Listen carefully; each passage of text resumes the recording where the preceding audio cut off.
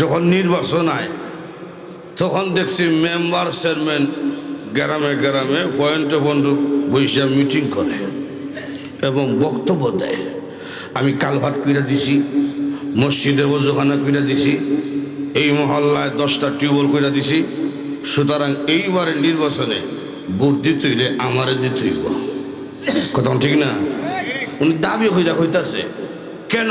Tubewell কইরা দিছে, রাস্তা কইরা দিছে, কালভাট কইরা দিছে, সুতরাং ভোট দিতে হইল আমারে দিতে হইল। কথা ঠিক কিনা? আল্লাহ বলেন মাথা থেকে পা পর্যন্ত তোমার যা আছে সব কিছু আমি দিয়েছি, সুতরাং গোলামি করতে হলে একমাত্র আমি আল্লাহর গোলামি করতে হবে। কথা ঠিক কিনা? জাতীয় নির্বাচন যখন আয় তখন মন্ত্রীরা বড় গলায় বক্তব্য দেয়, এই মেম্বার চেয়ারম্যানের মতন না। মন্ত্রী বক্তব্য দেয়, আমরা যদি ক্ষমতা যেতাম পারি চাউলের দাম কমিয়ে দেওয়া হবে। ক্ষমতায় যায় ঠিক, চাউলের দাম কোনোদিন কমছে? আরেক মন্ত্রী বক্তব্য দেয়, আমরা যদি ক্ষমতা যেতে পারি তেলের দাম কমিয়ে দেওয়া হবে। বোঝা যায় সুরমা নদীর মধ্যে আর পানি থাকতো না, খালি তেল থাকবো। ক্ষমতায় যায় ঠিক, তেলের দাম কোনোদিন কমছে? আল্লাহ বলেন তুমি কেমনে চাউলের দাম কমাইবা? আমি যদি ব্যবস্থাপনা বন্ধ করে দেই চাউলের দাম কমাইবা দূরের কথা, দান চোখদা দেখতে পারবা না। কথা ঠিক কিনা? বৃষ্টি বন্ধ করে দেয় আল্লাহ, আস্তে আস্তে নদী নালা খাল বিল সব কিছু শুকিয়ে যাবে। যদি শুকিয়ে যায় এই জমিনে চাষাবাদ করতে পারবেন না। কথা ঠিক কিনা? আল্লাহ যদি বৃষ্টি বন্ধ করিয়া দেয় 1 মিনিটের জন্যও আকাশ থেকে বৃষ্টি নামার মতন ক্ষমতা পৃথিবীর কারণ নাই। কথা ঠিক কিনা? কষ্ট আছে? ফেরাউন বলছিল আনা রব্বুকুমুল আলা, আমি হইলাম তোমার বড় খোদা। কিতা কয়? বড় খোদা। আল্লাহ ঠিক আছে, তুই কিছুটা দিন সালা, সব নিয়ামত জারি রাখছি, শুধু বৃষ্টি বন্ধ। বৃষ্টি দিতাম না, এখন বৃষ্টি হইতেছে না, খাল বিল নদী নালা সব শুকিয়ে গেছে। সব মানুষ গিয়া কয় ও খোদা আমরা বৃষ্টি লাগবো, বৃষ্টি দেন। এমন খোদা হাট বাজারও পাওয়া যায়। ফেরাউনে কয় আগামীকাল বৃষ্টি দিব। কোন কাল? আগামীকাল। বিকালবেলা চিন্তা করতেছে, আমি যে কইলাম আগামীকাল, আগামীকাল কেমনি বৃষ্টি দিব? আমার তো কোনো নবীও নাই, খারে নিয়ে সলা পরামর্শ করতাম। এই চিন্তার মধ্যে মিস্টার ইবলিস হয়েছে। ইবলিস এখন ফেরাউন সাহেব দেখা যায় খুব চিন্তা করতেছেন। ফেরাউন কয় হ্যাঁ রে ভাই, আমি খুব চিন্তার মধ্যে আছি, বান্দাবান্দি কইছে বৃষ্টি দিতাম, কিন্তু বৃষ্টি দেওয়ার তো কোনো ক্ষমতা নাই এবং আমার নবীও নাই, কারে নিয়ে পরামর্শ করতাম। ইবলিস এমনি কয় আপনি চিন্তা করেন না, আপনি হইলেন খোদা, আমি হইলাম নবী। আপনি বৃষ্টি চিন্তা করেন না, এ ব্যবস্থা আমার। ফেরাউন ঘর তুইলে আপনি আমার ইজ্জতটা বাঁচান, বৃষ্টি ব্যবস্থা আপনি করেন। এমনি কবি জিন্নাত, যত কবি জিন্নাত ছিল সব রে ইবলিসে জমা করছে, জমা কইরা বক্তব্য দিতেছে। এই আমার জিন ভাই ও বোনেরা, আজকে সারাদিন পেশাবের উপরে 144 জারি করলাম। সারাদিন পেশাব করতে পারবে না, রাত্রিবেলা শেষ রাতে এই এলাকার উপরে উচ্চা শূন্য স্থানে দাঁড়াইয়া একসাথে পেশাব কইরা দিবা। ইবলিস কইতাছে আজকে সারাদিন পেশাব করবা না, শেষ রাইতে জামাত বন্দি হইয়া নিষিদ্ধ পেশাব কইরা দিও। সবাই যখন একসাথে শেষ রাইতে পেশাব করতেছে, সা সা সা সা শব্দ, পাবলিক ঘুম থেকে জাগ্রত হইয়া কয় আজকে দিতাছে খোদা বৃষ্টি। রাত যখন শেষ হয়েছে দরজা খুললে এখন দেখা যায় ফসার দুর্গন্ধ। মানুষের পেশাবে কি পাওয়ার? আপনারা তো দেখছেন না, এখন তো মাদ্রাসার মধ্যে আলহামদুলিল্লাহ আমাদের মাদ্রাসাগুলো অনেক উন্নত হয়েছে, পেশাব খানার অভাব নাই, টয়লেটেরও অভাব নাই। আমরা যখন পড়ছি, এই যে হুজুরা যখন পড়ছে গিয়া দেখছেন সারা মাঝে ছাত্র 200, কিন্তু বাথরুম 2টা, আসলে 2টা বাথরুম। ফজরের সময় লাইন ধরছে, ভিতরে একটা বাহিরে 150 জন। ভিতরে যেটা ঢুকছে পেশাব করতো, কে পেশাব করতো, বাহিরতে খালি তাবাইতে বেটা বাড়ি শুনি পেশাব বন্ধ, অনেক দিন অনেকে পেশাব না খুঁজে পাই দিতে হয়। তখন দেখতাম এদিকে লাইন দিলে তো তার লাভ নাই, কিন্তু মসজিদে কাতকামাতি চলা শুরু হয়ে গেছে গা। তখন মাদ্রাসার কাছেই একটা ধান ক্ষেত, তো ক্ষেতের আইলের মধ্যে বসে আমরা পেশাব করে নিয়েছি।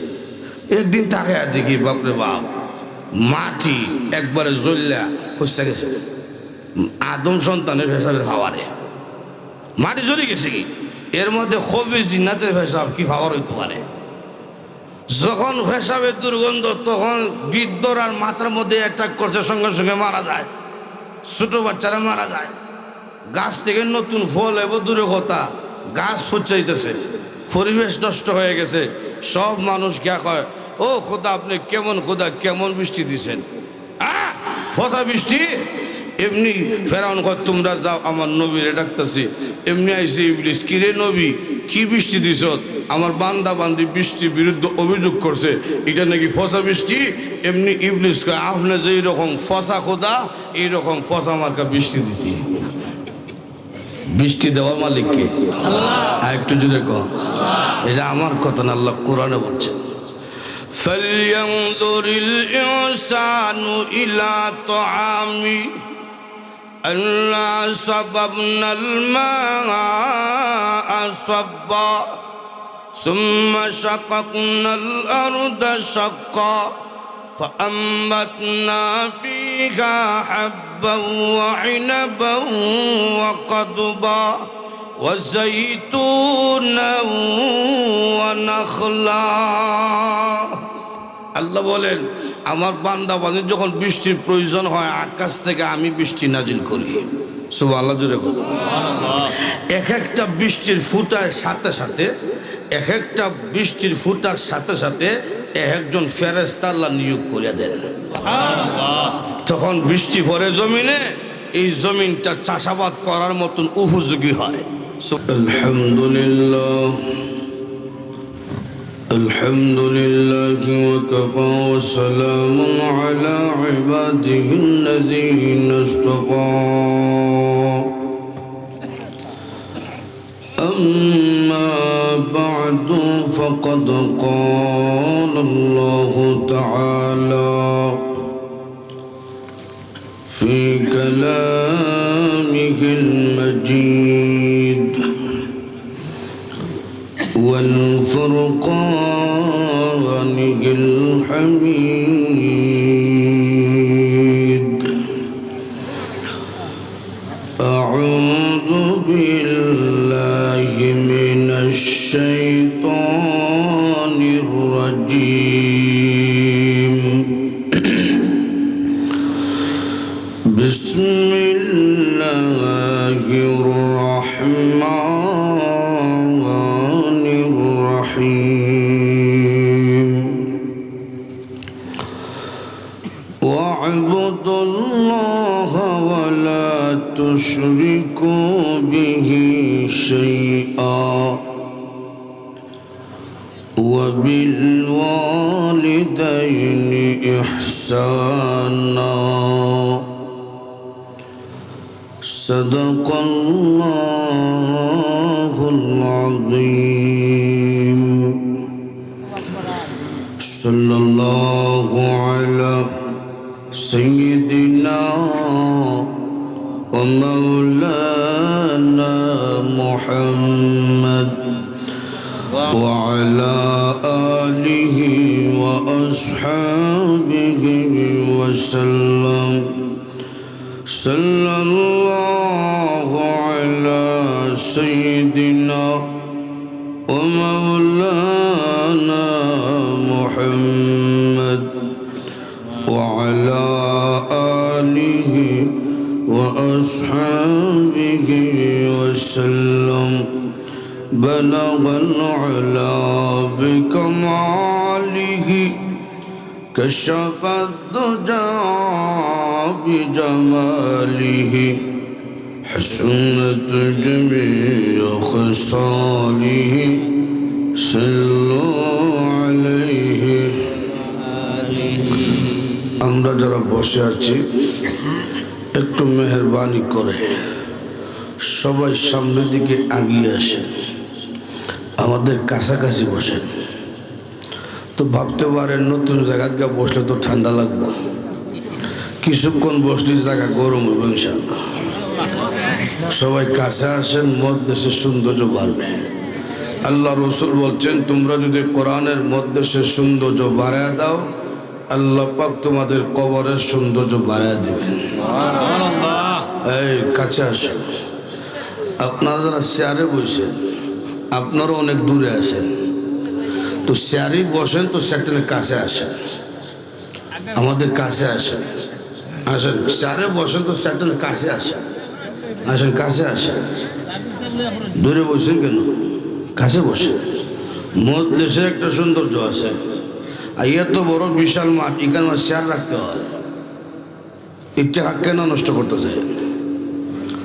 কাছে বসে বসে জবান খুলে জিকির করি, লা ইলাহা ইল্লাল্লাহ, লা ইলাহা ইল্লাল্লাহ, লা ইলাহা ইল্লাল্লাহ। একটু কষ্ট করে এদিকে আসেন, এদিকে আসেন।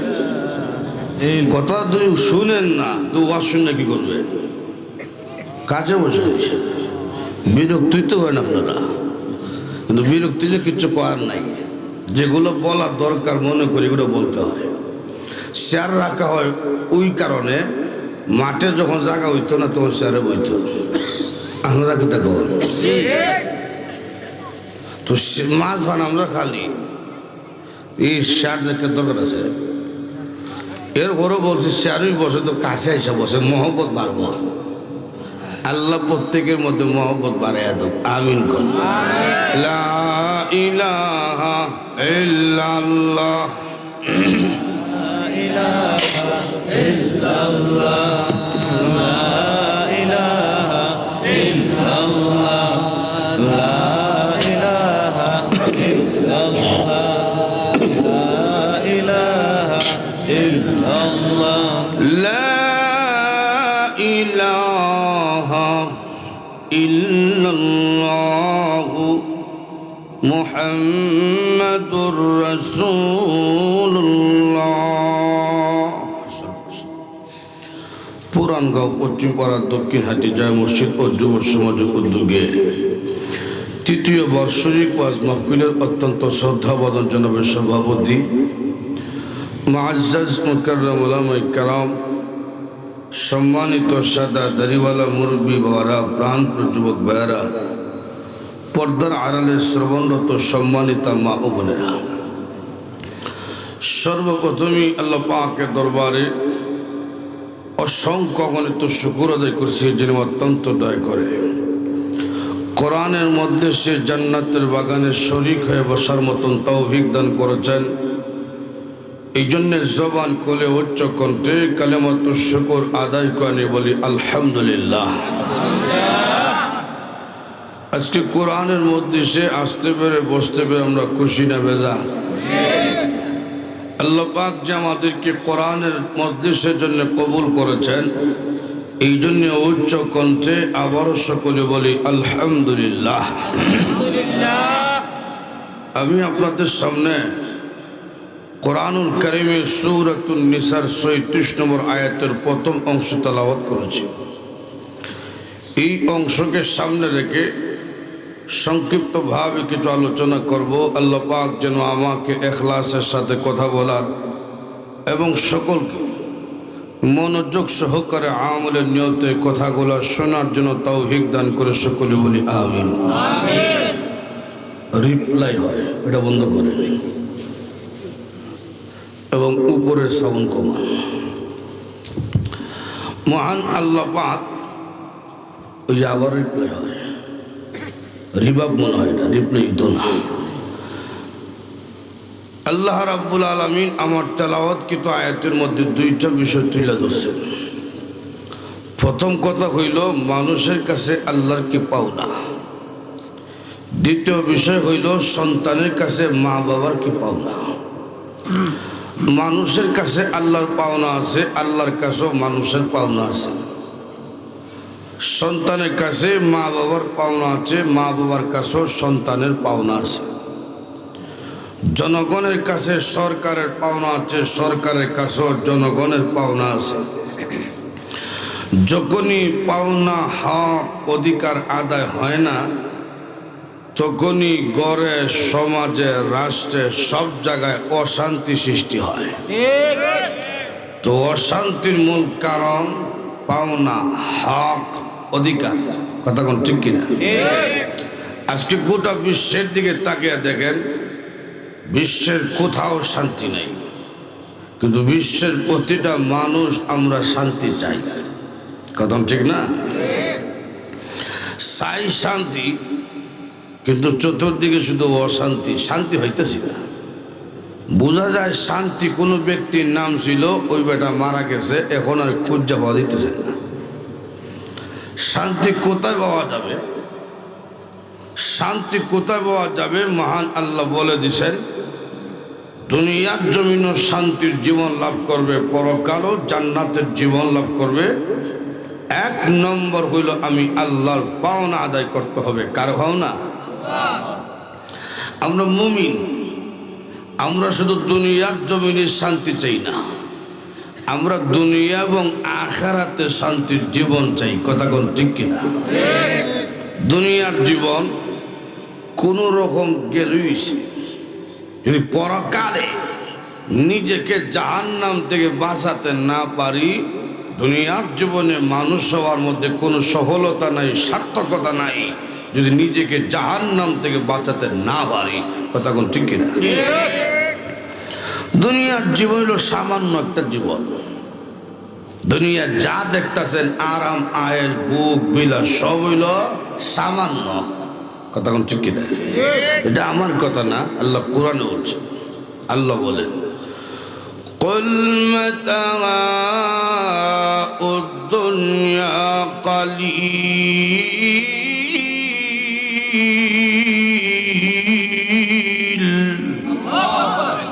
ওগো নবী, আপনি দুনিয়ার মানুষকে বলিয়া দিন, দুনিয়ায় তোমরা যা দেখতেছো আরাম, আয়েস, ভোগ বিলাস, এমপিত্ব, মন্ত্রিত্ব, রাজত্ব, যা দেখো সব হইল সামান্য কিছু সময়। কত সামান্য? সকালে দেখছি বেটা মন্ত্রী, ওই বেটারে বিকালে দেখছি বুরকা গাইডা বাগতাছে। কথা কোন ঠিক কিনা? একটু জোরে কর। এর নাম ওই সামান্য।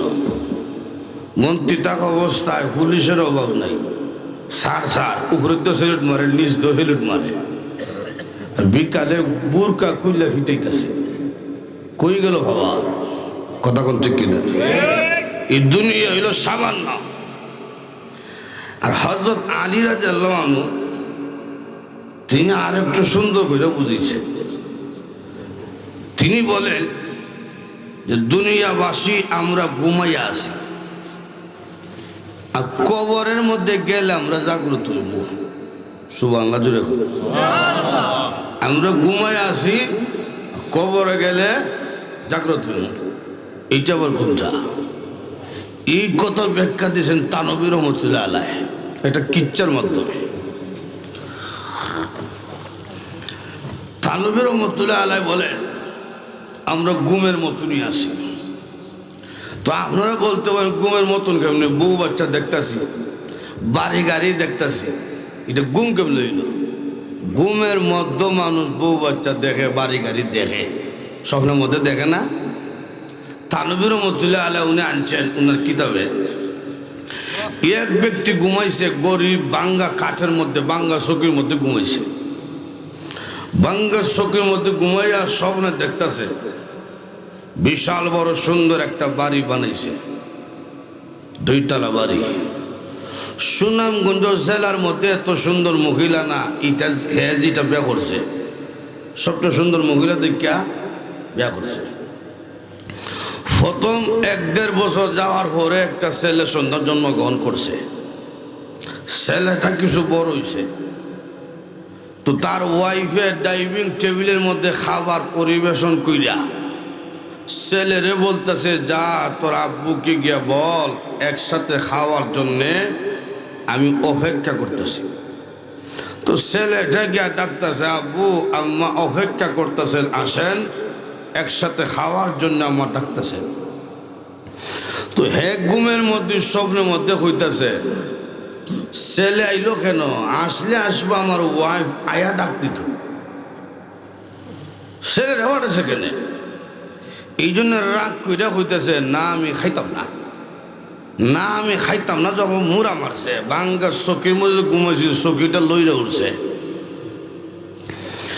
চকিটা যখন লড়াইটা উঠছে এমনি দেখে বাঙ্গা চকি, বাঙ্গা চকি কেন, বক্স পালন গেল কু, আমি চীনের ঘরে কেন, আমার 2 তলা বাড়ি কু, ছেলে না দেখলাম, ছেলেটা গেল কই, এত সুন্দর ওয়াইফ ছিল, ওয়াইফটা গেল কই,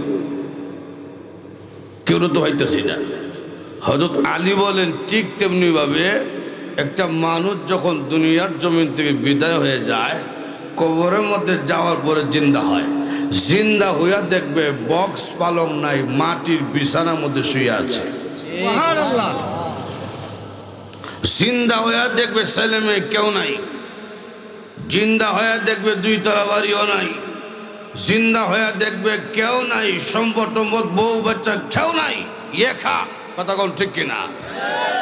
এই দুনিয়ার জীবন ক্ষণস্থায়ী, এই দুনিয়ার জীবনে কোন রকম চল্লিশ, কিন্তু পরকালে যদি নিজেকে জাহান্নাম থেকে বাঁচাতে না পারি, তাহলে মানুষ সবার মধ্যে কোনো সার্থকতা নাই। ওই ব্যক্তি বুদ্ধিমান, ওই ব্যক্তি সত্যিকারের সফলতা অর্জন করবে যে নিজেকে জাহান্নাম থেকে বাঁচাতে পারছে। কথা কোন ঠিক কিনা? দুনিয়ার জমিনও শান্তির জীবন লাভ করবা, পরকালেও জাহান্নাম থেকে মুক্তি এবং জান্নাতের জীবন লাভ করবা। 1 নম্বর, আমি আল্লাহর পাওনা আদায় করো। কার পাওনা? আর একটু জোরে কর। আল্লাহর পাওনাটা কি? আল্লাহ পাক প্রথম অংশে বলছে, ওয়া'বুদুল্লাহ ওয়ালা তুশরিকু বিহি শাইআ।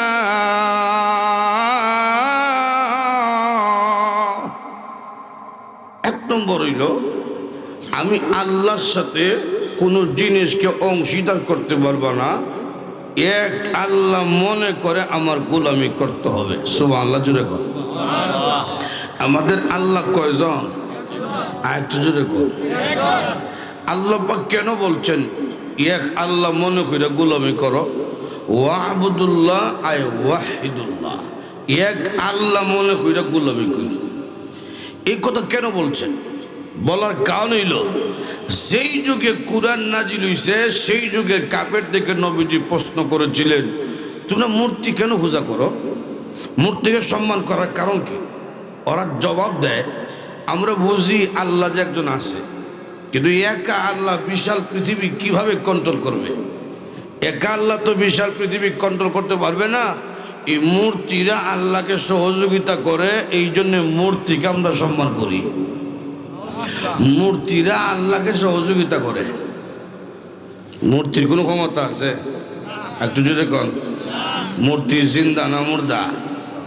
আর জোরে, মূর্ত গীতা জীবন, তাহলে মূর্ত জীবন তুই নাই। কথা কন ঠিক কিনা? আল্লাহ কুরআনে বলছে, আমওয়াতুন গায়রু আহইয়া।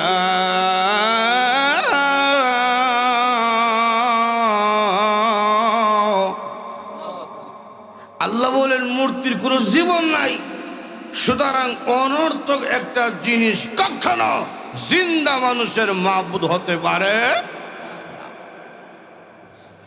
এক আল্লাহ মনে করে গোলামি করো। এ দুনিয়ার মানুষ, মূর্তিকে আমার সাথে অংশীদার করা যাবে না, বৃক্ষকে আমার সাথে অংশীদার করিও না, চন্দ্র সূর্যকে অংশীদার করিও না, পৃথিবীর কোন শক্তিকে আমার সাথে অংশীদার করা যাবে না। এক আল্লাহ মনে করে গোলামি করতে হবে। কথা কোন ঠিক কিনা? প্রশ্ন হইল, কেন গোলামি করবো আল্লাহ? কারণ কি? মুফাসসিরে কেরাম জবাব দিয়েছেন যে মাথা থেকে পা পর্যন্ত যা আছে একটাও আমাদের নিজস্ব না, সব কে দিছে? জোরে কম। হাত দিছেন কে? আওয়ামী লীগ, বিএনপি, জাতীয়বাদী, কে দিছে? অস্বীকার করতে পারবেন? আল্লাহ পাক সূরা রহমানে প্রশ্ন করতেছেন, পারলে অস্বীকার করে দেখাও। ফাবিআইয়ি আলাই রাব্বিকুমা তুকাযযিবান।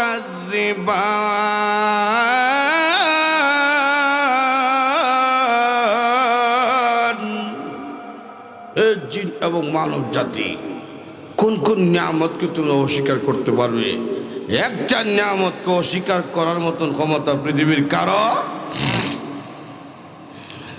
লক্ষ্য করে দেখেন, যখন নির্বাচন হয় তখন দেখছি মেম্বার চেয়ারম্যান গ্রামে গ্রামে পয়েন্টে পয়েন্ট বসে মিটিং করে এবং বক্তব্য দেয়।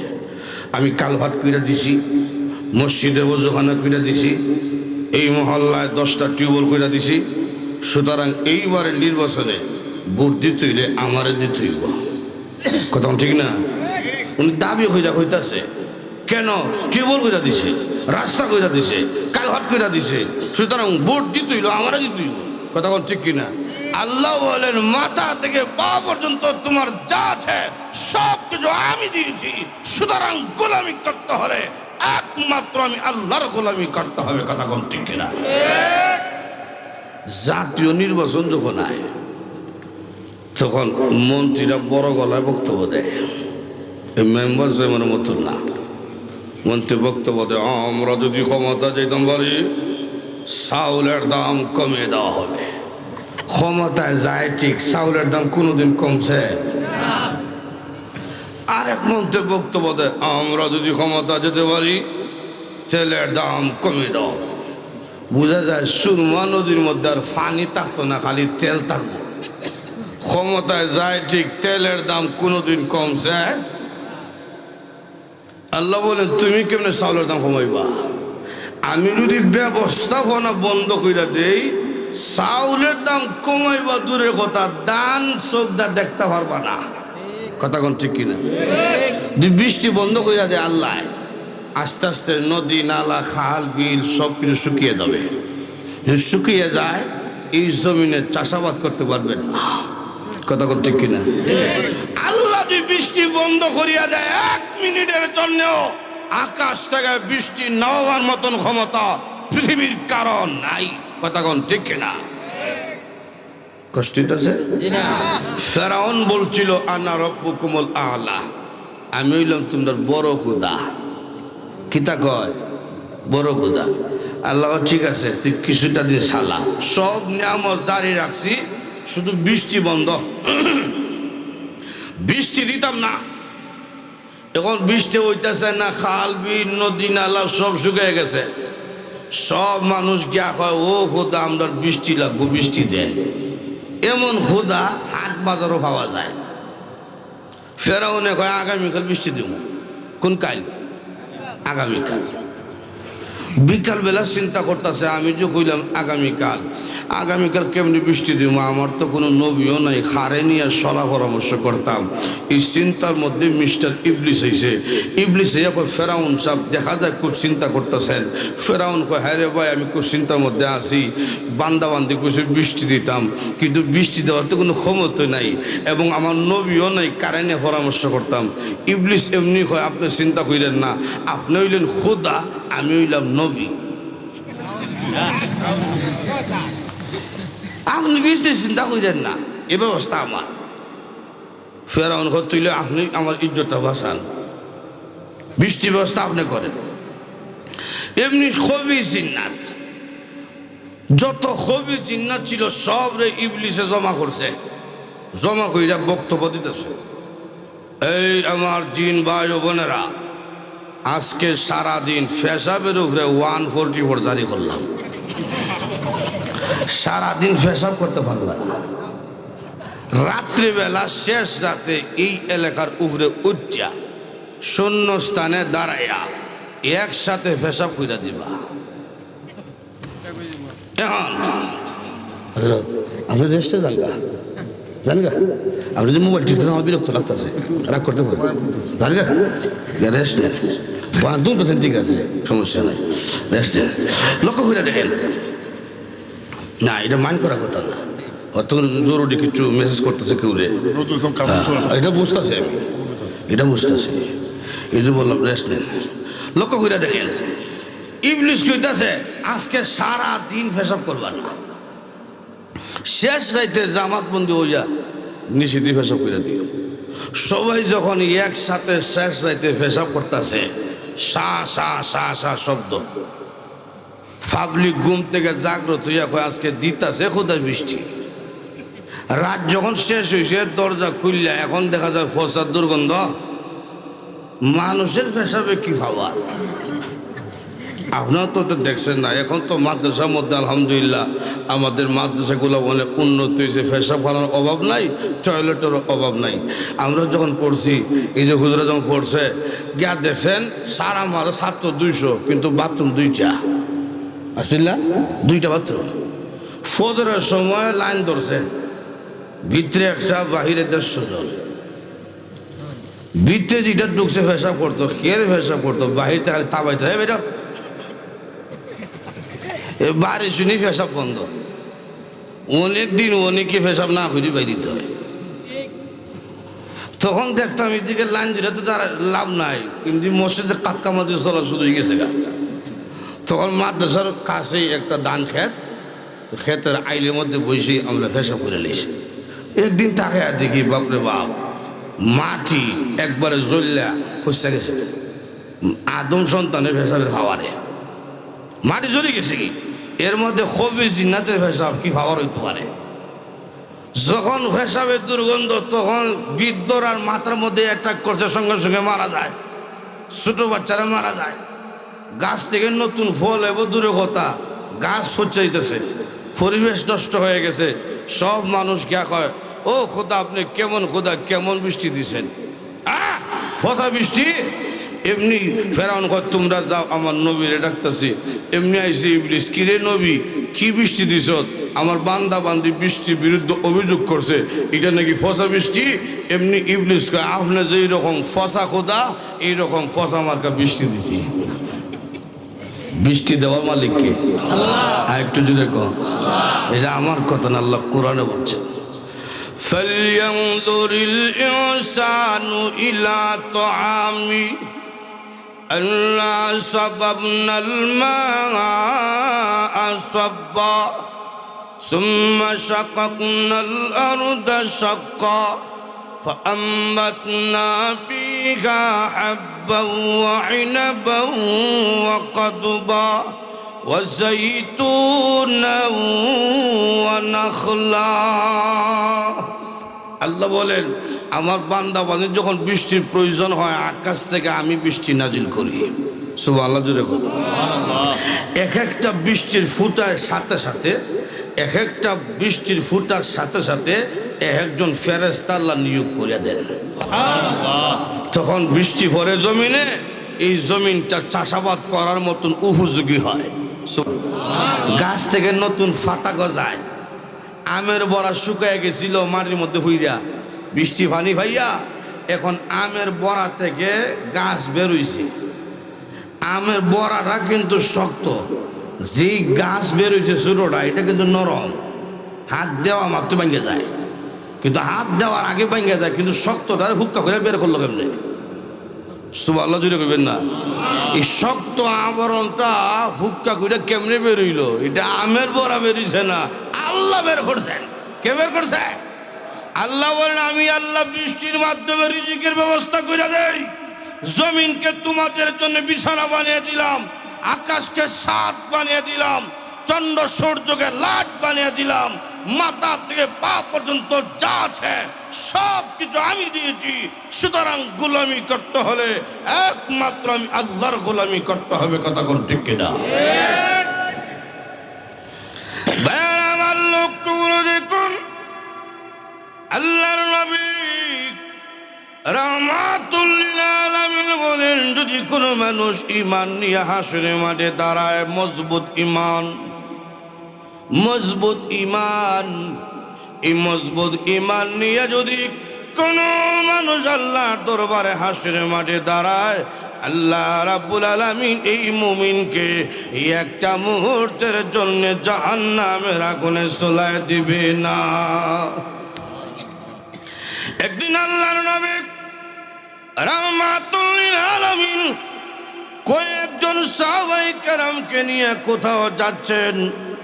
সামনে যাওয়ার পরে নবীজি দেখলেন একজন মহিলা দুধের বাচ্চাকে কোলে নিয়ে আগুনের চুলার মধ্যে কি যেন রান্না করে। চুলার আগুন যখন উপরে ওঠে এমনি মা তার সন্তানকে পিছনে নিয়ে যায়, আবার আগুন যখন নিচে যায় সন্তানকে আবার সামনে আনে। এই দৃশ্য দেখে নবীজি বললেন, সাহাবীরা তাকিয়ে দেখো, একটা মা তার সন্তানের প্রতি কি পরিমাণ ভালোবাসা, কি পরিমাণ আদর স্নেহ মমতা। সাধারণ দুনিয়ার আগুনের গরম সন্তানের শরীরের মধ্যে লেগে যাবে, এই জন্যে আগুন যখন উপরে ওঠে এমনি মা তার সন্তানকে পিছনে নিয়ে যায়, আবার আগুন যখন নিচে যায় সন্তানকে সামনে আনে। এ সাহাবায়ে কেরাম তাকিয়া দেখো মার কি ভালোবাসা। রে আমার সাহাবীরা, একটা মা তার সন্তানকে যেই পরিমাণ ভালোবাসে, আল্লাহ রাব্বুল আলামিন তার বান্দা বান্দিকে মার চাইতে আরো কোটি কোটি গুণ বেশি ভালোবাসে। এই কথাটা মহিলা শুনে আল্লাহর হাবিব রাহমাতুল লিল আলামিনের দরবারে গেল। নবীজি দরবারে গিয়া প্রশ্ন করেছে, আল্লাহর নবী গো, আপনি যে বলছেন মার চাইতে আল্লাহর দয়া মায়া কোটি কোটি গুণ বেশি, ওগো আল্লাহর নবী আমি জানতে চাই দুনিয়ার জমিনে এমন কোন মা কি আছে যে মা হইয়া তার সন্তানকে আগুনে চুলার মধ্যে জ্বালাইতে পারে? সুবহানাল্লাহ জোরে বলো। সুবহানাল্লাহ। নবীজি বলেন, না গো, সত্যিকারের কোন মা পারে না তার সন্তানকে আগুনের চুলার মধ্যে জ্বালাইতে। ওগো আল্লাহর নবী আপনি যে বললেন আল্লাহর দয়া মায়া মার চাইতে কোটি কোটি গুণ বেশি, ওগো নবীজি মা সন্তানের প্রতি দয়া মায়া বেশি হওয়ার কারণে নিজে জ্বালাইতে পারে না। যদি আল্লাহ মার চাইতে কোটি কোটি গুণ বেশি দয়ালু হয়, এত দয়ালু হইয়া এত রহমানুর রহিম হইয়া তার বান্দা বান্দিকে জাহান্নামের আগুনের চুলায় কেমনে জ্বালাবি? সুবহানাল্লাহ জোরে কর। প্রশ্ন ছোট না বড়? জোরে কর। এমনি আল্লাহর নবী রাহমাতুল লিল আলামিন আকাশের দিকে তাকাইয়া চোখের পানি চিরে চিরে কান্দেন, ও খোদা, মা পারে না সন্তানকে আগুনের চুলায় জ্বালাইতে, তুমি কেমনে জ্বালাইবা তোমার বান্দা বান্দিকে এত দয়ালু হইয়া? তুমি প্রশ্নের জবাব দাও। এমনি আল্লাহ বলেন, জিবরাইল আমার নবীর কাছে তুমি দৌড় দাও, আমার নবীর কাছে গিয়া বলো প্রশ্ন যত কঠিন উত্তর এত কঠিন না। আমার নবীর কাছে গিয়া বলো, জি বান্দা বান্দি আমি আল্লাহর পাওনা আদায় করবে, শিরক করবে না, মজবুত ঈমান থাকবে, আমি আল্লাহ এমন গোলাম বান্দা বান্দিকে কোনোদিন জাহান্নামের আগুনে জ্বালাইতাম না। যদি মজবুত ঈমান না দাঁড়ায় জ্বালাইতাম না। সুবহানাল্লাহ জুড়ে বল। আমরা সমাজে কিছু দুর্বল ইমানদার আছে, আসেনি? দুর্বল ইমানদার আবার কোনটা? ইমানদার কিন্তু নামাজ নাই। এইরকম মনে হয় আপনার এলাকায় নাই। সারা সপ্তাহ মসজিদে যায় না, শুধু জুম্মাবার, তাও জুম্মার বার আজান করার সঙ্গে সঙ্গে না, ইমাম সাহেব যখন শেষ খুতবা দেয়, ফাজ করুনি আজ করুকুম, কথা কোন ঠিক না? এইটি হলো দুর্বলতা।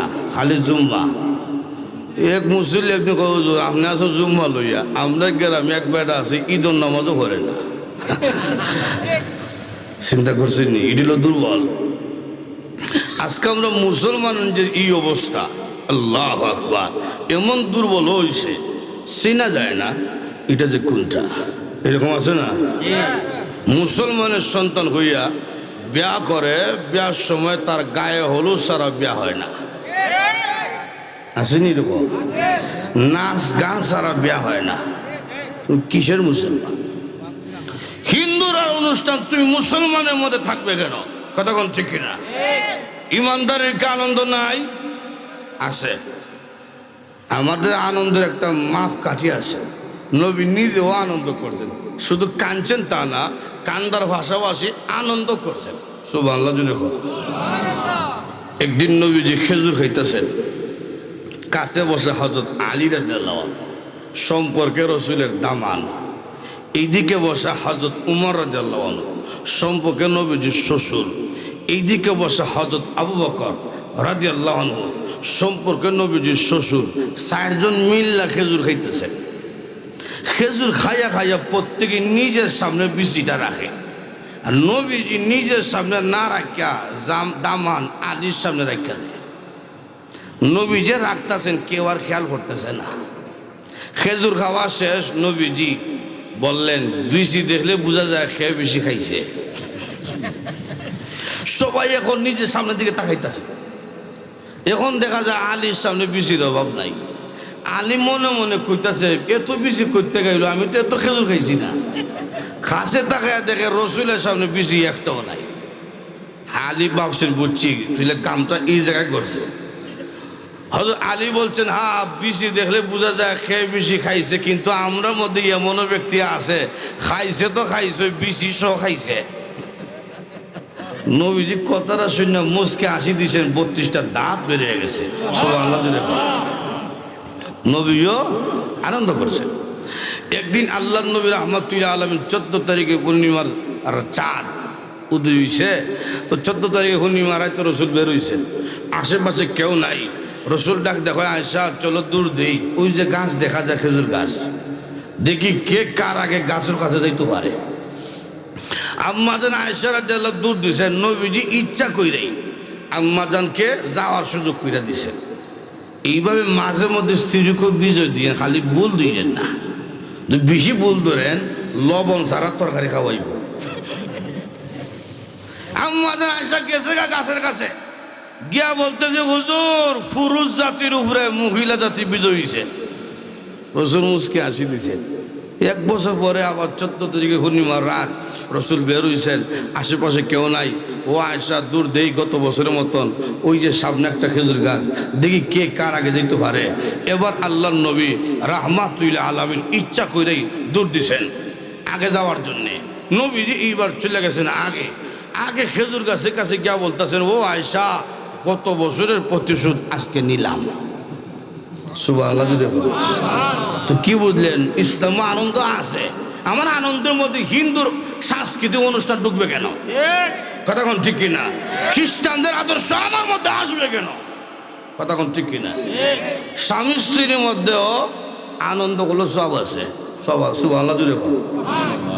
স্বামীর দিকে স্ত্রী তাকাইছে, মুসকে হাসি দিছে। স্ত্রীর দিকে স্বামী তাকাইও মুসকে হাসি দিছে। নবীজি বলেন, স্বামী স্ত্রীর 2 হাসির মাঝখানে মহান আল্লাহর রহমত বর্ষণ করতে থাকে। তো আমি কেন হিন্দুদের সংস্কৃতি গ্রহণ করব? কতক্ষণ ঠিক কিনা? তো যেই কথা বলতেছিলাম, আমরার মধ্যে দুর্বল ইমানদার আছে, নামাজ নাই, রমজান মাসে লেখা গ্যাস থেকে গুতায়। কথা ঠিক না? এইরকম দুর্বল ইমানদার যখন হাসরের মাঠে দাঁড়াবে, ভিতরে কিন্তু ইমান আছে। ভিতরে কি আছে? ইমান আছে। এখন এমন ইমান, নামাজ নাই, রোজা নাই, কিন্তু তার সামনে ইসলামের বিরুদ্ধে কথা বললে সহ্য করে না, মসজিদ মাদ্রাসার বিরুদ্ধে কথা বললে সহ্য করে না, নবীকে গালি দিলে সহ্য করে না, কিন্তু নামাজ নাই। এই যে সহ্য করে না নাস্তিকদের কথা, নবীর বিরুদ্ধে কথা বললে রক্ত গরম হয়ে যায়। কেন? ভিতরে ইমানের নূর আছে, কিন্তু নামাজ নাই। এইরকম ইমানওয়ালা যদি হাসরের মাঠে দাঁড়ায়, মহান আল্লাহ ইচ্ছা করলে শাস্তি না দিয়েও জান্নাত দিতে পারেন। এখন আপনারা তো কোন হুজুর তুইলে তো সুজা ওয়াজ পাইছি যে ঠান্ডা পড়ছে, দরকার না আজকে ফজরের নামাজ। এটা কইলে কিন্তু তো না, আল্লাহ শর্ত লাগাইছেন, লিমাইয়াশা, যাকে ইচ্ছা করব তাকে আল্লাহ শাস্তি না দেয়া মাফ দিব। সাফে না? তো রসুল ব্যাখ্যা দিচ্ছেন যে হাসরের মাঠে যদি কোনো ইমানদার দাঁড়ায়, ইমান লইয়া সাথে কিছু নেক আমলও আছে, আল্লাহ পাক এই ব্যক্তির উপরে দয়া করতে পারেন। সুবহানাল্লাহ জুড়ে হোক। এই যে আজকে মজলিসে বসেন এই জায়গায় অনেক ব্যক্তি আছে ফজরের নামাজ পড়ছে না, আসেনি? ফজর তো পড়ছি না, ইয়াসার নামাজও পড়ছে না, কিন্তু দেখেন ঠান্ডার মধ্যে বসে আছে। কেন? কোরআনের প্রতি মহব্বত আছে, আল্লাহ এবং নবীর প্রতি মহব্বত আছে। হতে পারে এই যে ঠান্ডার মধ্যে বসেছিল, মহান আল্লাহ ইচ্ছা করলে মাপ দিতে পারেন। অনেক ইমানদারকে আল্লাহ মাপ দিব শুধু ইমানটার কারণে। আর আমরা যে নামাজ পড়ি, এই নামাজ কবুল যে আল্লাহ কইরা জান্নাত দিব, হিটাও আল্লাহর দয়া। কথা কোন ঠিক কিনা? আমরা যে নামাজ রুকু থেকে মাথাটা কোনো রকম উঠাই আবার মেরা দেয়, কথা কোন ঠিক কিনা? বিদ্যুৎ গতিতে নামাজ। তা আল্লাহ যদি এটাও কবুল কইরা আপনার মাফ করে, এটাও আল্লাহর দয়া। কথা কোন ঠিক কিনা? কিয়ামতের কঠিন ময়দানে এক দুর্বল ইমানদার কি আল্লাহ রাব্বুল আলামিন বলবেন, ফেরেশতারা গ্রেফতার করো, হাত পাও রশ্মি দিয়া বান্ধো। এটা দুনিয়ার রশ্মি না, জাহান্নামের আগুনের রশ্মি। রে ফেরেশতা, জাহান্নামের রশ্মি দিয়া শক্ত করে বান্ধো, জাহান্নামের মধ্যে নিয়ে যাও। ফেরেশতারা সামনের দিকে টানে জাহান্নামের দিকে, কিন্তু দুর্বল ইমানদার বারবার পিছনের দিকে তাকায়, সামনে এক কদম যায় আবার পিছনের দিকে তাকায়। আল্লাহ রাব্বুল আলামিন বলবেন, ফেরেশতারা রে সামনে নিও না, আমার বান্দা কেন বারবার পিছনের দিকে তাকায়, আমার সামনে নিয়ে আসো। আল্লাহ রাব্বুল আলামিন বলবেন, রে বান্দা, ফেরেশতারা তোমাকে সামনের দিকে টানে, তুমি বারবার পিছনে পিছনে তাকাও কেন? এমনি দুর্বল ইমানদার বলবে, প্রভু গো, দুনিয়ার জমিনে শুনেছিলাম উলামায়ে কেরামের জবান থেকে তুমি নাকি গো মার চাইতে কোটি কোটি গুণ বেশি দয়ালু। আয় আল্লাহ, আমাকে ফেরেশতারা জাহান্নামের মধ্যে নিয়ে যাবে, আমার চেহারার মধ্যে কষ্টের চাপ পইরা আছে, চেহারার মধ্যে পেরেশানির ভাব আছে। আমার চেহারা যদি আমার মা দেখে, মা দেখলে কোনোদিন সহ্য করতে পারবে না। নিজের সন্তান জাহান্নামের আগুনে জ্বলবে, এই দৃশ্য যদি মা দেখে, মা কোনোদিন সহ্য করতে পারবে না। তুমি যদি মার চাইতে কোটি কোটি গুণ বেশি দয়ালু হও, তুমি কেমনে আমার চেহারা দেখলে সহ্য করবে? আল্লাহ, আমার চেহারা দেখলে তোমার মায়া লাগতে পারে, এই জন্য আমি বারবার পিছনের দিকে তাকাই। এমনি আল্লাহ বলবেন, বান্দারে তোর কথাটা শুনে ঠিকই মায়া লাগিয়া গেল, ঠিকই আমি আল্লাহ তোর মার চাইতে কোটি কোটি গুণ বেশি দয়ালু, তোর কথা শুনে তোর চেহারা দেখে আমার ঠিকই মায়া লাগছে। যারে বান্দা যা, তোর জীবনের সব গুনাহ মাফ করিয়া আমি আল্লাহ এই মুহূর্তে তোকে জান্নাতে টিকিট দান কইরা দিলাম।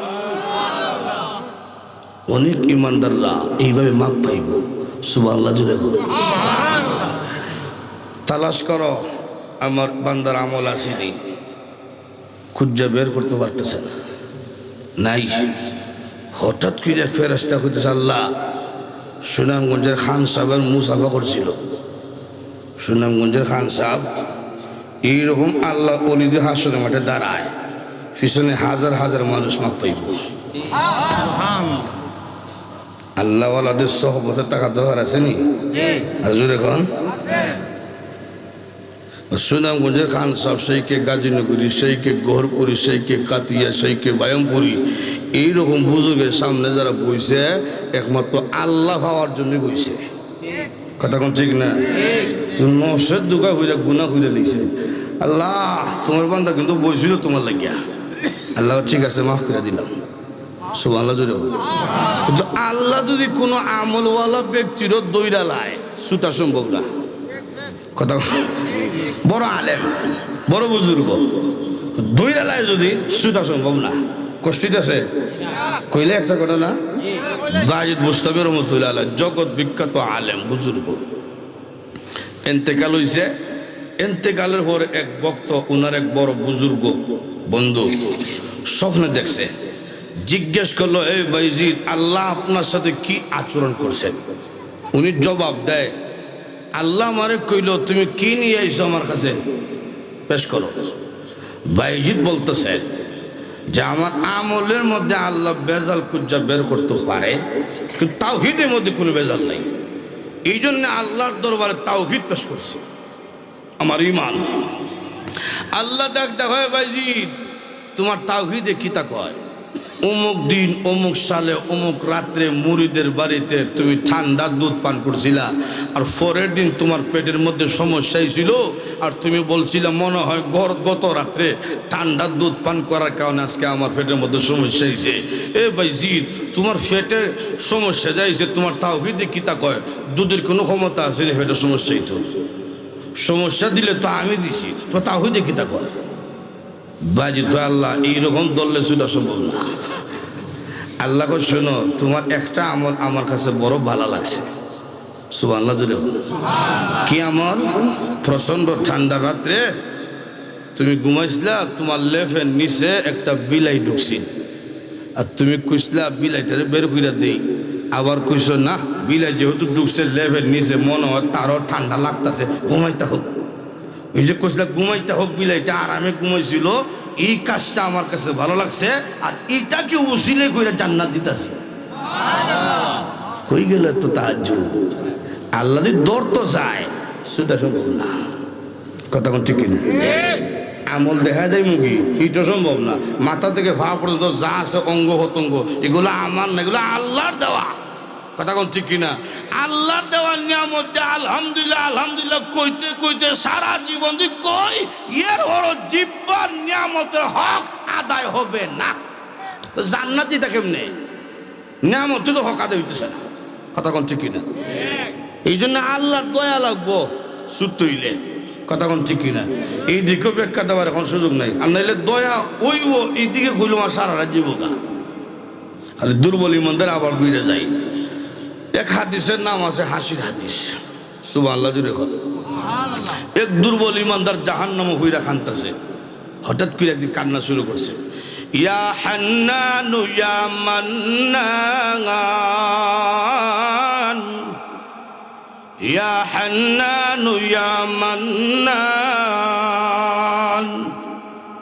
রব্বুল আলামিন আমি দুর্বল ইমানদার, এই জন্যে দাইরে জান্নাত চাই, ওই রকম মজবুত আমার ঈমান নাই, আমার সাহস নাই।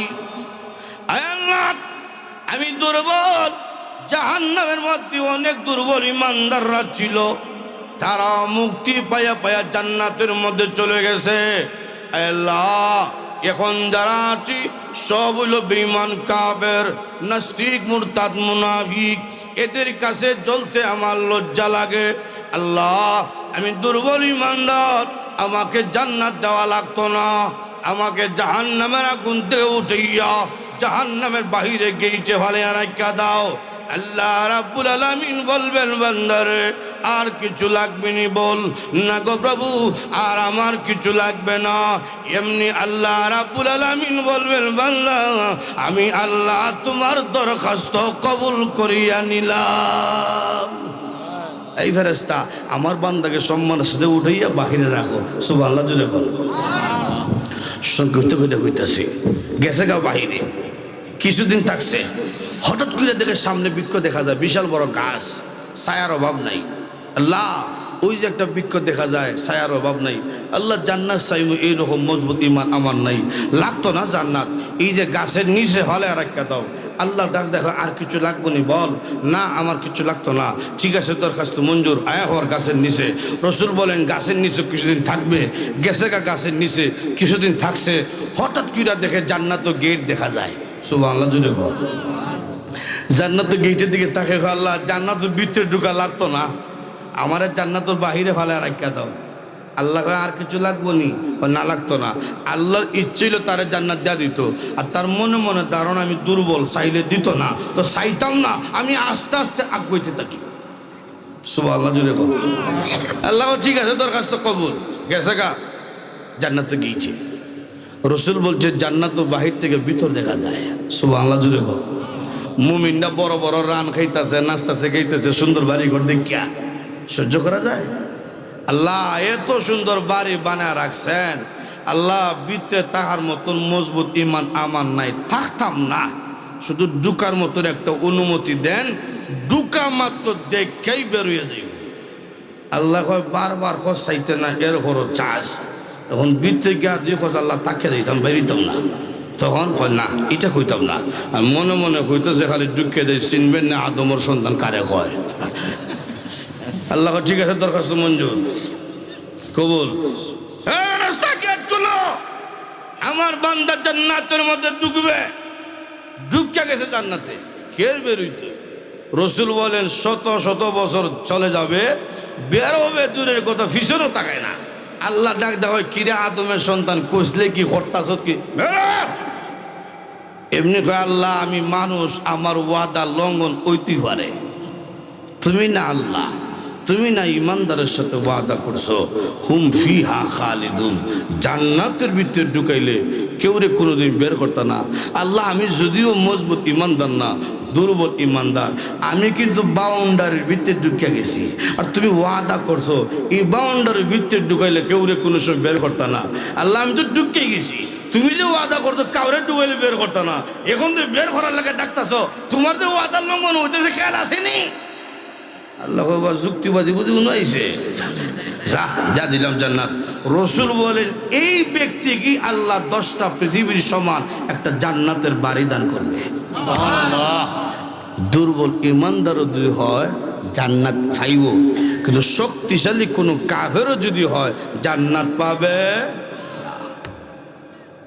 মানুষের কাছে আল্লাহর পাওনা হইল ইমানের উপরে অটল থাকবা, এটা হইল আমাদের কাছে আল্লাহর পাওনা। আর আল্লাহর কাছে মুমিনের পাওনা কি? আল্লাহ অন্য আয়াতে বলছেন, ইন্নাল্লাযীনা আমানু ওয়া আমিলুস সালিহাত লাহুম জান্নাতুন নাঈম।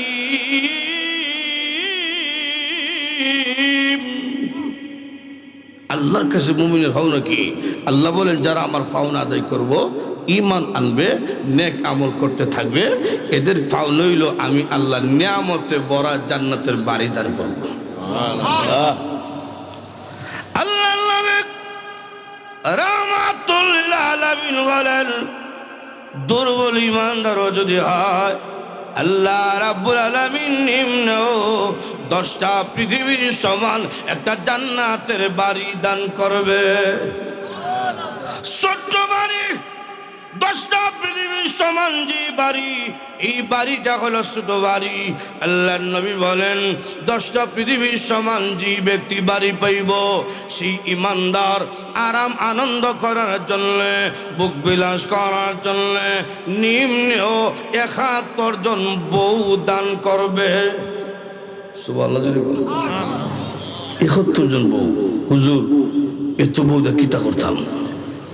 প্রত্যেক পুরুষের চাহিদা মাসে মাসে পারি না, যে বছর বছর বিয়া করতে পারতাম তাহলে ভালোই আছি। ইসলাম বলছে সামর্থ্য যদি থাকে, ইনসাফ যদি করতে পারো, 4টা বিয়া হইরা 4টা বউ একসাথে রাখতে পারবা, ইনসাফ যদি করতে পারো সমস্যা নাই। কিন্তু আমরা সমাজের অবস্থা বড় খারাপ, কোনো হুজুরও যদি 2 নম্বর বিয়া করে, পাবলিক তখন সমালোচনা করে, মহল্লা হইয়া খামটা করলো কি দাবা, কথা কোন ঠিক কিনা? আল্লাহ বলেন এটা আমি বুঝি, এই জন্যে বউ রাখছি নিম্ন 71টা। এরা কেমন হবে, এদের কোয়ালিটি কেমন হবে?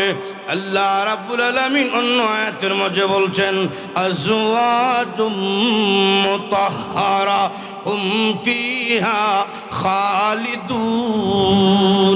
এদের পেটের মধ্যে কোনো পায়খানার ট্যাঙ্কি নাই, ফসা রক্তের ট্যাঙ্কি নাই, নাকের মধ্যে কোনো ময়লা নাই, মুখের মধ্যে কোনো দুর্গন্ধ নাই। মুখের মধ্যে দুর্গন্ধ হবে দূরের কথা, একটু তো যদি আটলান্টিক মহাসাগরের মধ্যে ছেড়া দেয়, তাহলে সমস্ত পানি মেশকে আম্বরে ন্যায় কারণ যুক্ত হয়ে যাবে। কি সুন্দর হইব! রসুল বলেন সারা শরীর বাদ দাও, খালি একটা আঙ্গুলের সৌন্দর্য বয়ান শোনো। যদি আকাশ সিদ্ধ হইয়া একটা আঙ্গুল নিচে দিকে ঝুলিয়া দেয়, সূর্য লাগতো না, চন্দ্র লাগতো না, আঙ্গুলের সৌন্দর্য গোটা পৃথিবী আলোকিত হয়ে যাবে। হাসিটা কেমন হইব সেই বউর? রসুল বলেন হাসিটা কেমন হইব? দুনিয়ার জমিনে কোনো বেটার বউর দাঁত যদি উষা থাকে, বউ হাসি দিলে কয় তুই বিজলি মারা লাগতো না লো। আল্লাহ রাহমাতুল লিল আলামিন বলেন কি পরিমাণ সুন্দর হাসি। আল্লাহ রাব্বুল আলামিন একদিন জিবরাইলকে বলছে, আরে জিবরাইল, জান্নাত তুমি ভ্রমণ করো, আমি আমার বান্দা বান্দির জন্য কি নিয়ামত রাখছি দেখে আসো। এমনি জিবরাইল বলেন আমি ঢুকলাম জান্নাতের নিয়ামত দেখার জন্য। নিয়ামত দেখে দেখে আমি যখন বের হব, বের হওয়ার সময় তাকিয়ে দেখি আল্লাহর তৈরি জান্নাত হঠাৎ করে আলোকিত হয়ে গেছে, হঠাৎ করে জান্নাত চমকা উঠে গেছে। আমি ভাবলাম মনে হয় এটা আল্লাহ রাব্বুল আলামিনের তাজাল্লি প্রকাশ পেয়েছে। আমি আল্লাহর তাজাল্লি মনে করিয়া সেজদার মধ্যে পড়ে গেলাম। যে মাত্র সেজদার মধ্যে পড়লাম, এমন শুনে একটা মহিলার কণ্ঠে আওয়াজ শোনা যায়, ও জিবরাইল, এটা আল্লাহর তাজাল্লি নয়, আমি হুর পরি আপনাকে দেখিয়া মুস্কি হাসি দিয়েছিলাম, আমার দাঁত বেরোইছে, দাঁতের আলোতে জান্নাত আলোকিত হয়ে গেছে। দুনিয়ার যে বউ আছিল বুড়ি হয়েছে, সামরা ডিলা, দাঁত ফিরে গেছে। রসুল বলেন দুনিয়ার বউকে আল্লাহ 16 বছরের যুবতী বানাইব। সুবহানাল্লাহ, যেরকম 16 বছরের যুবতী বানাইয়া হুর ফুরিছে তো 70 গুণ বেশি সুন্দর হইয়া আল্লাহ আপনাকে দান করবে। কি খাইবেন নাস্তা? দুনিয়াতে কি খাইছি? খাটা টুস, মুড়ি আর লাল চা, নুডলস, সাফরা সাফরা সেমাই, এই তো আমরা নাস্তা নাকি? রসুল বলছেন জান্নাতের মধ্যে ইমানদার যখন খাইব 1,70,000 প্রকারের নাস্তার আইটেম দেওয়া হবে। কি খাইবেন? তো লক্ষ্য করিয়া দেখেন, বিস্তারিত বলার সময় নাই, সুযোগও নাই। আল্লাহর কাছে মুমিনের ভাওনা হইল জান্নাতের নিয়ামত। সুবহানাল্লাহ, জুড়ে কর। আর আমাদের কাছে আল্লাহর ভাওনা হইল সাকরাত পর্যন্ত ঈমানের উপরে অটল থাকতে হবে। কাফেররা তোমার পিটাইব, নাস্তিকরা জ্বালাইব, ঈমানের অটল থাকতে হবে। কথা কোন ঠিক না? এটি হলো তোমাদের কাছে আমি আল্লাহর ভাওনা। আর রাখলাম প্রথম অংশের আলোচনা, সংক্ষিপ্ত ভাবে দ্বিতীয় অংশের আলোচনাটা কইরা লাই। আল্লাহ বলেন ওয়া বিল ওয়ালিদাইনি ইহসানা। দ্বিতীয় অংশে আল্লাহ বলেন এই সন্তানরা তোমাদের মা বাবা ভাওনা হইল তোমাদের মা বাবার সাথে সুন্দর ব্যবহার করবা।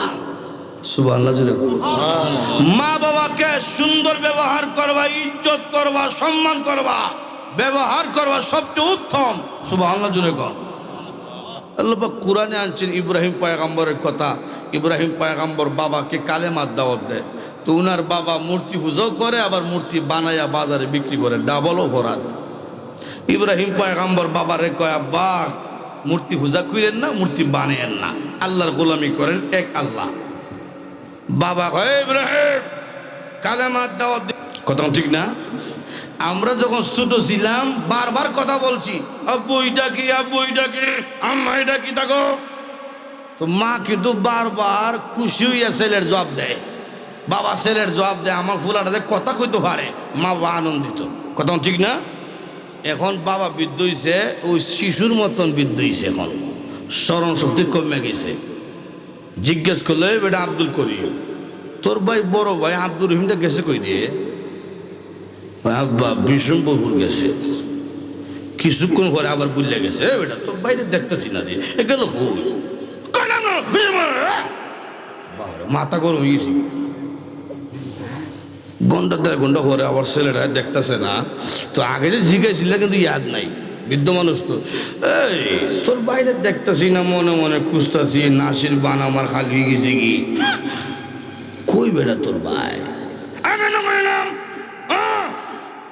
এইরকম দমক দেওয়ার মতন ছেলে সন্তান আসি না আমরা সমাজ। জিন্দগি বরবাদ, জিন্দগি বরবাদ দিব। কথা বলবো কেমনে? আল্লাহ শিক্ষা দিছে। সুবহানাল্লাহ, দেখুন ওয়াকুল লাহুমা কাওলান কারীমা।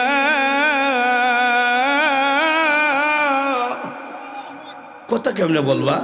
আল্লাহ বলে নরম সুরে, মিষ্টি ভাষায় কথা বলবা মা বাবার সাথে, সুবহানাল্লাহ জুড়ে কর। নরম ভাষায় মিষ্টি সুরে কথা বলবা, তাদের খেদমত করা, এটাই হলো তোমাদের কাছে মা বাবার পাওনা, সুবহানাল্লাহ জুড়ে কর। আজকে যত দমক নিজের মা বাবার নিজের বাড়িতে, আর যত মিষ্টি মিষ্টি কথা সব চলে গেছে নিজের বাড়ির থেকে শ্বশুর বাড়িতে। আরো জুড়ে কর। বিদেশ গেছে হুলা, বউয়ের নামে অ্যাকাউন্ট খুলছে, প্রিয়তম অ্যাকাউন্ট।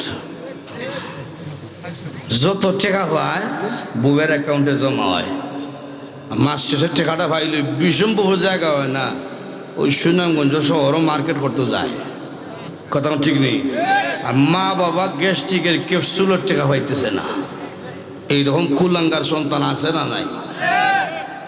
এটি হলো বউ মুরিদ। এটা কি মুরিদ? খালি বউয়ের কথা শুনে বউয়ের কথা রাখতে গিয়ে মা ওরে দমক দেয়, এটি হলো বউ মুরিদ। একবারে তো বউ মুরিদ এক গান বানাইছে, মা মরলে মা পাওয়া যায়, বাপ মরলে বাপ পাওয়া যায়, বউ মরলে বউ পাওয়া যায় না। এক মুরব্বী হলে বেয়াদব, তোর মা বাপ মরার পরে ফাইসত কেমনে আর বউ রে তুই ফাইসত তা কেমনে বুঝাই দে। কই চাচা, আমার বাবা যখন মারা গেল আপনি তো আমার মাথার মধ্যে হাত দিয়া বলছিলেন কান্না করিস না রে বাবা, তোর বাপ মরলে তো কিতা হইছে রে, আমি তো আসি তো ভাইছি না। আরো কিছুদিন পরে আমার মা মারা গেল, এলাকার বৃদ্ধ বৃদ্ধ মহিলারা আমার কইলো কান্দিস না রে বাবা, সব একদিন মরতইব, তোর মা মরলে কিতা হইছে রে, আমরা তো আসি। মাও তো হয়েছে। আরো কিছুদিন পরে আমার বউ মারা গেল, গ্রাম ভর্তি মহিলা একটাও আয়া কইল না কান্দিস না, তোর বউ মরলে কিতা হইছে রে, আমরা তো আসি। চিন্তা করেন গাদা করছে কিনা, বউ মরছে, দ্বিতীয় আর একটা বিয়া করছে। এখন দেখা যায় প্রথম বউয়ের তুলনায় দ্বিতীয় বউর স্বামীর প্রতি ভালোবাসা বেশি, এরকম নাই?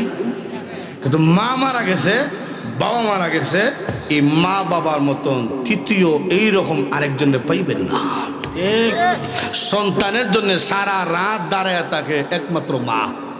কথা কোন ঠিক কিনা? সারা দিন পরিশ্রম করিয়া ভালো জিনিস খাইছে না, খরচ করিয়া মিঠাই নিয়ে আইছে ছেলের জন্য মেয়ের জন্য, ইনইল বাবা। কথা কোন ঠিক কিনা?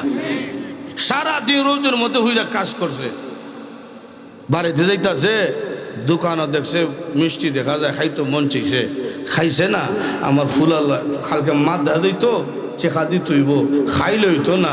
বাবা তো তিনি যিনি নিজে নতুন কাপড় পরছে না, নিজে নতুন কাপড় না হইরা ছেলেটারে পরাইছে। কথা কোন ঠিক কিনা? এইরকম মা বাবার মতন এইরকম কোন ব্যক্তি পাইবেন না। দুনিয়ার যত মানুষ আছে আপনি আমাকে ভালোবাসে, ভালোবাসার মধ্যে কোনো না কোনো স্বার্থ আছে, কিন্তু মা আর বাবা তারা নিঃস্বার্থ ভালোবাসে সন্তানকে। কথা কোন ঠিক কিনা? শাশুড়ি আম্মা যে, শাশুড়ি আম্মা দামান রে মুরগটা খাওয়ায় কেনে, বেটির হুড়ি তোমার গড় আছে ওটার লাগি। কথা কোন ঠিক কিনা? আর দেশি মুরগো ফার্মও মুরগো দেখাইল না নেই। কথা কোন ঠিক কিনা? শাশুড় শাশুড়ি সম্মানের পাত্র, কিন্তু মা বাবার চাইতে বড় না, মা বাবার চাইতে কোনো ফির বড় না। সবচেয়ে বড় পীর হইল নিজের মা আর বাবা। কথা কোন ঠিক কিনা? আমি আপনার জন্য দোয়া কবুল হতে পারে, নাও হতে পারে। কোন পীর সাহেব আপনার জন্য দোয়া করলে কবুল হতে পারে, না হতে পারে, কিন্তু নবীজি বলেন কোন মা আর বাবা যদি সন্তানের জন্য দোয়া করে, নবীজি গ্যারান্টি দিয়ে বলেন এই সন্তানের জন্য দোয়া মা বাবা যদি করে, এই দোয়াটা আল্লাহর দরবারে ডাইরেক্ট কবুল হয়ে যায়। সবচেয়ে বড় দরবেশ হচ্ছে মা আর বাবা। মা বাবারে কষ্ট দিবা, জিন্দগি বরবাদ। বিদেশ গেছে, এখন বাবারে চিনে না, ভিডিও কলে সবসময় ফিও তোমারে দেখে, এক মাসও বাপরে দেখতে মন চায় না। আসিনি বা ফিও তোমার দেখ, সপ্তাহ কমপক্ষে একদিন বাপটারে দেখোস না। এই বাবা তো ছেলেটারে না ধরে ঘুমাইছে না, সিলেট থেকে আইছে রাতে একটার সময়, ফুলাটা ঘুমাই গেছে। তখন আমার ফুলাটারে দেখছি না রে, সারাদিন ধরিয়া সিলেটে ছিলাম, কাজটা করছি, আমার ফুলাটারে দেখছি না, দেখে ঘুমাই। তো মা কইতেছে না যাইও না, আমার ফুলা ঘুমাইতেছে। ঘুম থেকে উঠতে দিবে, এর পরে একটা নজর দেখা বাবাকে ঘুমায়। মা তো তিনি নিজে বালা জিনিস খাইছে না, আগে সন্তান দেখা হয়েছে। কথা কোন ঠিক কিনা? আজকে তুমি বিদেশ গেছো, এখন মা বাবার সম্মান দাও না, রাস্তার ফকির বা রাস্তার ফকির। কথা কোন ঠিক কিনা? একটা কিচ্ছা হইয়া শেষ করিলাই। এক বাদশা ছিল বউ মুরিদ। কি মুরিদ? বউ যেটা কয় এটাই উনি। তো বাদশার রাজ দরবার একদিন এক বড় একটা মাছ নিয়ে এক মাছওয়ালা আইছে। চিন্তা করলো বাজারে গেলে গাঁও পাইতাম না, দেখে বাদশা বাড়ি। বাদশা চিন্তা করলো আমার বাড়ি লুই আইছে, যদিও মাছের দাম 2000 হইতো না, দিলাম 2000, বক্সি দিছে আরো 2000, মিললাম কত হইছে? 4000 লইয়া মাছওয়ালা গেছে গা। মাছ লিয়া যখন বাদশা গেছে ঘরে, রানী আসছিল খুব বকিল মার্কা, কিফটা মহিলা। রান্না কত দিয়ে কিনে আনছ? 4000 টাকা দেখো। এই না লিল্লাহ, তাহলে খাইলে মাছ ফিরত দাও। মাছ কিনার পরে কিন্তু ফিরত দেওয়ার সিস্টেম নাই। কথা ঠিক না? এখন সাধারণ মানুষ তো বাদশা মানুষ কেমনে গীতা করতো? ব্রাহ্মণ হয় বাদশা, বেকল বাদশা বুদ্ধি শিখিয়া দিয়ে। কি বুদ্ধি? মাছওয়ালার ডাক ডাকো, ভাই মাছওয়ালা তোর মাছ এটা বেটা না বেটি? এদি হয় বেটি, তুমি হয় বেটি মাছ, বেটা মাছের দরকার। আর তুই হয় বেটা, ওই বেটি মাছের দরকার। আটকা দিব, কথা কইতে পারতো না, ফেসো ওয়ালাইয়া টেকা ফিরত আনি দিবা, মাছ দিলাইবা। বাদশা হয় তোর বুদ্ধি তো খারাপ না লো। আনছে মাছ হলে, কিরে মাছ হলো তোর মাছ এটা বেটা না বেটি? মাছ হলো বিক্রি করছি কয়েক ঘন্টা আগে, এখন বেটা বেটি জিগাই গীতা তুইলে তো কোনো কিন্তু আছে। এমনি মাছওয়ালা কয় স্যার আমার মাছ বেটাও না বেটিও না, এটা হিজদাটা। বাদশা কয় তোর বুদ্ধি আছে রে, তোর আরো 2000 টাকা পুরস্কার নে। মিল্লা কত হয়েছে? মাছ হলো খুশি হইয়া গামছার মধ্যে টেকাটা বান্ধা বাড়ি জিতেছে। আগে তোর কাগজ নোট নাই, পয়সা হলো বাড়ির যায়, একটা পয়সা মাটির মধ্যে ফুইরে গেছে। এখন এই পয়সাটা উঠিয়া বুকে ভোগড়ে রাখছে। বাদশার দেওয়া আইন ছিল, বাদশার দেওয়া কোনো টেহা মাটির মধ্যে ফুইরে গেলে এটা উঠানো নিষেধ, উঠেইবা না। কিন্তু এই মাছওয়ালাটা টেকাটা উঠিয়া ভোগড়ে রাখছে, আইন লঙ্ঘন করছে। আইন যে লঙ্ঘন করছে এই কথাটা ওসিল লাগেছে রানীর খানে। রান্না ঘর তুমি তারে এত টেকা দিলা, এর পর তোমার আইন লঙ্ঘন করছে, লঙ্ঘন করার অপরাধে টেকাটা ফিরিয়ে আনো। আনছে মাছওয়ালারে, কিরে মাছওয়ালা এত টাকা দিলাম, 1 পয়সা পড়ছে, এটা উঠেই আমার আইন লঙ্ঘন করলে কেন? এমনি মাছওয়ালা কয় স্যার 1 পয়সা কি 100 হল্লো উঠাইতাম না, আপনি আমার এত টাকা দিয়েছেন, কিন্তু স্যার এই টাকার মতো আপনার ছবি দেওয়া, এই ছবিওয়ালার টাকা যদি রাস্তার মধ্যে হুইরে থাকে, মানুষ যখন আসা যাওয়া করবো তাতে জুতার নিচে আপনার ছবিটা হুইরে যায়, এ থেকে তো আপনার অসম্মানী করা হয়। এই জন্যে টাকাটা যাতে জুতার নিচে না হরে টাকাটা উঠে বুকের ভোগড়ে রাখছি, আমি লঙ্ঘন করছি না, আপনার প্রতি সম্মান প্রদর্শন করছি। বাদশাহ দর আরো 2000 টাকা তুই নে। আর বাজারও যাওয়ার সময় এলান দিয়া যাইস, কোনো বেড়া জন্য তার বউয়ের কথা চলে না, চললে আমার মতো যাইব। কথা কোন ঠিক কিনা? বউয়ের সাথে পরামর্শ করেন যে কোনো বিষয়, বউয়ের সাথে যে কোনো কাজ করবেন পরামর্শ করেন। পরামর্শ করাটা সুন্নত, লাভও আছে। কিতা লাভ? বেশি লাভ না, কিতা লাভ এটা কুয়ালাই। বউয়ের সাথে আপনি যে কোনো কাজ করতে গেলে পরামর্শ করেন। তো বিকালবেলা যখন ফুবের ঘরের বাবি আর দক্ষিণ ঘরের বাবি আপনার বউয়ের কাছে আইব, তো প্রথম কত হইল আল্লাহ মিলা দিছে গো বই একটা জামাই, আমারে না জিগাইয়া কোনো কামই করে না, লাভটাই যাই। এই বউয়ের সাথে পরামর্শ করা এটা হলো সুন্নত। আর কিতা পরামর্শ দিব এটা মানা হইল মুস্তাহাব। আর মা বাবার সাথে ভালো ব্যবহার করা এটা সুন্নত না, মুস্তাহাব না, এটি হলো ফরজ। কথা বল ঠিক কিনা?